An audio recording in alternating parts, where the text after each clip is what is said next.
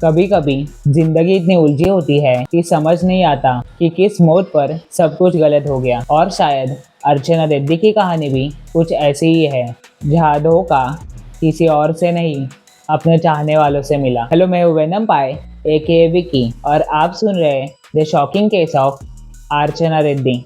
बेंगलुरु के electronic city में रहने वाली अर्चना रेड्डी एक 42 साल की सक्सेसफुल और इंडिपेंडेंट वुमन थी। वो रियल एस्टेट सेक्टर में अच्छी कमाई कर रही थी। समाज में काफ़ी लोग उन्हें जानते थे, लेकिन जितना उनका बिजनेस स्टेबल था, उनकी पर्सनल लाइफ उतनी ही अनस्टेबल थी। इलेक्ट्रॉनिक सिटी के फेज 2 के पास उनका दोदा माने नाम का एक बड़ा traditional style south Indian bungalow था। अर्चना की पहली शादी अरविंद के साथ हुई थी। अरविंद से शादी टूटने के बाद कोर्ट से उन्हें 15 करोड़ रुपए एलिमनी में मिले। उन्होंने सोचा इन पैसों से वो अपना और अपने बच्चों का फ्यूचर सिक्योर करेगी। अर्चना के 2 बच्चे थे, जिनमें से बड़ी बेटी युविका उनके बहुत क्लोज थी।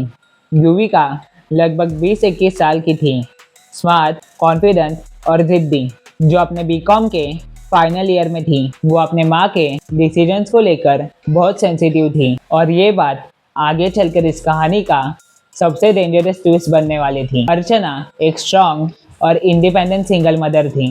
पहली शादी टूटने के बाद उन्होंने अपने लाइफ के हर एस्पेक्ट को बखूबी से हैंडल किया, चाहे वो रियल एस्टेट बिजनेस चलाना हो, फाइनेंशियल डिसीजन लेना हो और साथ ही 2 बच्चों को बड़ा करना। लेकिन इस बिजी शेड्यूल के चलते माँ बेटी के रिश्ते में दूरियां आ गई थी। युविका की अपनी दुनिया थी, कॉलेज लाइफ, फ्रेंड्स, एस्पिरेशन, और अर्चना के पास हर चीज़ मैनेज करने के लिए वक्त और एनर्जी थोड़ी लिमिटेड थी। पहली शादी टूटने के बाद अर्चना ने नए सिरे से जिंदगी शुरू करने की कोशिश की। रियल एस्टेट बिजनेस शुरू करने के लिए उसने एक आदमी सादिक के साथ काम शुरू किया। धीरे धीरे उनका सादिक के साथ का रिश्ता प्यार में बदल गया। फिर अर्चना को पता चलने लगा कि सादिक अलग ही इंसान है। हर छोटी बात पर गुस्सा, कंट्रोल करने की आदत और बात धीरे धीरे मारपीट तक पहुंच गई।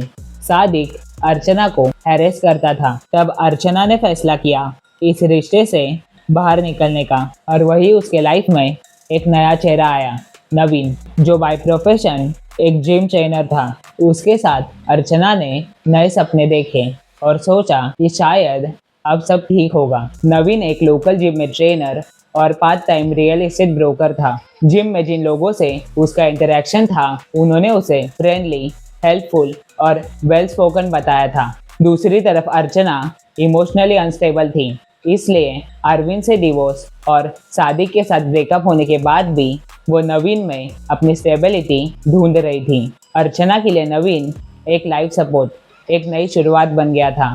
धीरे धीरे नवीन सिर्फ जिम ट्रेनर नहीं रहा, वो अर्चना के घर का हिस्सा बनने लगा। अर्चना के family gatherings, market runs, school pickups, Naveen छोटी छोटी चीज़ों में इन्वॉल्व होने लगा। फिर बिना किसी ड्रामे के अर्चना ने अपने ज़िंदगी का डिसीजन ले लिया। अर्चना ने कुछ वक्त बाद नवीन से शादी कर ली। नवीन यंग था, चार्मिंग था और अर्चना जैसी इमोशनली बाउंडेड औरत के लिए वो एक नई उम्मीद बन गया था। नवीन अर्चना की ज़िंदगी का हिस्सा बन चुका था। शादी के बाद सब बेंगलुरु के उस बड़े घर दोदा माने में शिफ्ट हो गए। एक ही छत के नीचे अर्चना, उसकी माँ उमा, उसकी बेटी युविका, उसका छोटा बेटा और अब नवीन सब रहने लग गए। आसपास के लोगों के लिए ये एक परफेक्ट फैमिली रिस्टार्ट लगता था। नया हस्बैंड, सेटल फाइनेंसेस, एक happy family, finally everything look stable. पर किसी भी कहानी की तरह जो चीज़ें दिखती है वह हमेशा सच नहीं होती। अर्चना और युविका के बीच दूरियां और भी ज़्यादा बढ़ चुकी थी।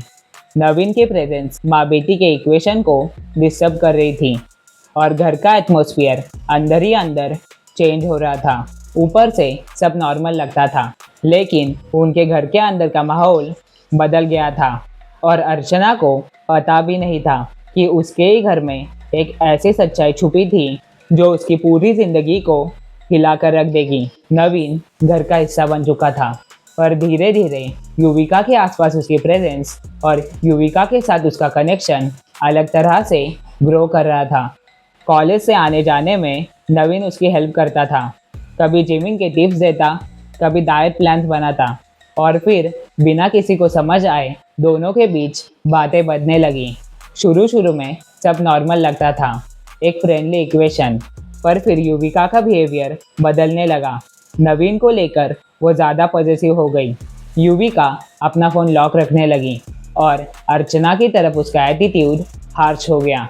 अर्चना को लगता था इस उम्र में टीनेजर्स और अडल्ट्स में ये आम बात है, पर असली बात का उसे बिल्कुल अंदाज़ा नहीं था। युविका को मॉडलिंग करनी थी, इसलिए नवीन ने उसे फिटनेस में हेल्प करने का वादा किया था। एक ही घर में रहकर नवीन अर्चना और उनकी बेटी युविका दोनों के साथ अफेयर कर रहा था। नवीन चुपके युविका के रूम में जाता, लेट नाइट उसे कॉल करता और दोनों घर में एक सीक्रेट रूटीन फॉलो करने लगे, जिसका अर्चना को जरा सा भी अंदाज़ा नहीं था। अर्चना जब ऑफिस कॉल्स और मीटिंग्स में बिजी होती, तब नवीन युविका को जिम कोचिंग, मॉडलिंग गाइडेंस या करियर एडवाइस के बहाने उसके रूम तक फॉलो करता था। अर्चना का काम डिमांडिंग था, client meetings, site visits, real estate paper works. दिन भर वो अपने लैपटॉप और फ़ोन के बीच ही उलझी रहती थी और इसी वक्त का नवीन और युविका ने फ़ायदा उठाया। पुलिस को लेटर इन्वेस्टिगेशन में पता चला कि नवीन और युविका के बीच एक इलीगल, एक इनएप्रोप्रिएट रिलेशनशिप डेवलप हो चुका था। रोमांटिक चैट्स, फिजिकल क्लोजनेस और वो एक कपल की तरह रहने लग गए थे। नवीन, जो अर्चना का पति था, वो उसकी 21 साल की बेटी युविका के साथ ना सिर्फ रोमांटिक मैसेजेस एक्सचेंज कर रहा था, बल्कि अर्चना के एब्सेंस में वो फिजिकली युविका के साथ क्लोज होने लग गया था। ये रिश्ता सिर्फ गलत नहीं था, ये रिश्ता घिनौना और डेंजरस बन चुका था और यही रिश्ता इस कहानी का सबसे डार्क टर्निंग पॉइंट बन गया। 31 अक्टूबर की सुबह घर में सब नॉर्मल रूटीन चल रहा था, बट अर्चना को युविका के रूम में नवीन का फ़ोन मिला। नॉर्मली ये बात इतनी बड़ी नहीं होती, पर फ़ोन की स्क्रीन अनलॉक थी और स्क्रीन पर ओपन थे व्हाट्सएप चैट्स, नवीन और युविका के romantic text, late night messages और कुछ ऐसी लाइंस जिन्होंने अर्चना का दिल तोड़ दिया। अर्चना ने उसी वक्त नवीन को घर से निकाल दिया। नवीन को भेजने के बाद घर में एक और तूफान आया। युविका ने अपनी माँ अर्चना से कहा कि नवीन, जो उनका हस्बैंड है, वो उससे प्यार करता है और नवीन डिसाइड करेगा वो किसके साथ रहना चाहता है और किसके साथ नहीं। और उस रात युविका भी घर छोड़कर चली गई। अब युविका और नवीन एक साथ रहने लगे, पर ये लव स्टोरी जल्दी ही कोलैप्स होने लगी। नवीन एक सिंपल जिम ट्रेनर था जिसकी सैलरी थी 35,000 पर मंथ, जिसमें से उनका रेंट ही 19,000 पर मंथ था। फूड, ट्रैवल, लग्जरी लाइफस्टाइल सब कुछ मैनेज करना मुश्किल हो गया था। युविका को पहली बार समझ आया कि उसकी लग्जरी शॉपिंग्स, ट्रिप्स सब अर्चना के पैसों पे चलती थी और अब नवीन और युविका के लिए वो लग्जरी लाइफ जीना मुश्किल हो गया था। इस बीच अर्चना ने लॉयर से बात की युविका का फाइनेंशियल एक्सेस कट करने की। साफ तौर पर अर्चना ने 40 करोड़ की प्रॉपर्टी डिवाइड करने से मना कर दिया था, जिस पर युविका का मानना था कि एज डॉटर उसका भी हक है। युविका को लगने लगा कि उसका फ्यूचर, फ्रीडम और नवीन के साथ उसकी लाइफ सब खत्म हो जाएगा। एलिजेडली अर्चना ने नवीन और युविका के घर गुंडे भेजे थे, जिन्होंने नवीन को युविका से दूर रहने की धमकी दी और युविका को अपनी माँ के पास वापस भेजने को बोला। ये एक टर्निंग पॉइंट था। इस डर में युविका और नवीन को लगा कि अर्चना उन्हें अलग कर देगी और ये इमोशनल प्रेशर एक डेडली डिसीजन में बदल गया। 1 नवंबर की रात नवीन ने अपने दोस्तों को बुलाया और अर्चना की मौत का प्लान बनाया। प्लान सिंपल था, अर्चना को रास्ते से हटा दो, पैसा, प्रॉपर्टी और जिंदगी सब उनके कंट्रोल में आ जाएगी। टाइमिंग फिक्स हुआ। अगले दिन इलेक्शन थे, जिसके लिए अर्चना मॉर्निंग में वोटिंग के लिए घर से निकलने वाली थी। रात को वापस आते वक्त अटैक करने का प्लान बना। 2 नवंबर की सुबह अर्चना वोटिंग के लिए घर से निकली।